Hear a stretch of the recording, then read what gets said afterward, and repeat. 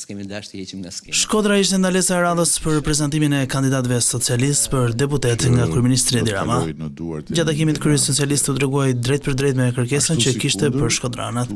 Shumë thjesht, na duhet mbështetja e popullit të Shkodrës, na duhet mbështetja e socialistëve dhe demokratëve të Shkodrës, që janë kthy prapë te ca personazhe, unë nuk e kuptoj dot domethënë si mund të insistohet në të njëjtin budallëk, është habi shumë e madhe.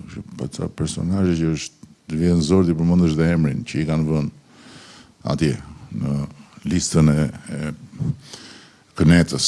Dhe nëse ka një kartvizit Këneta, është lista e deputetëve të Shkodrës. Rama nuk i vlerësoi Partitë e Reja, sipas tij e vetmja forcë që mund të konsiderohet e tillë është Partia Socialiste. Se merri dhe për qesh kur të pash që këto të rejat kishin janë 17 personazhe që i prekte dekriminalizimi. Nuk diskutohet që s'kam asnjë akuzë për të bërë, sepse unë e di se si mund të ndodhi, nuk kam pas dieni, por kanë dalë rrugëve kanë kërkuar njerëz. Merr babën, merr xhajën, merr vllajën, merr atë, pastaj këdo kapi dhe një tjetër me mush listën.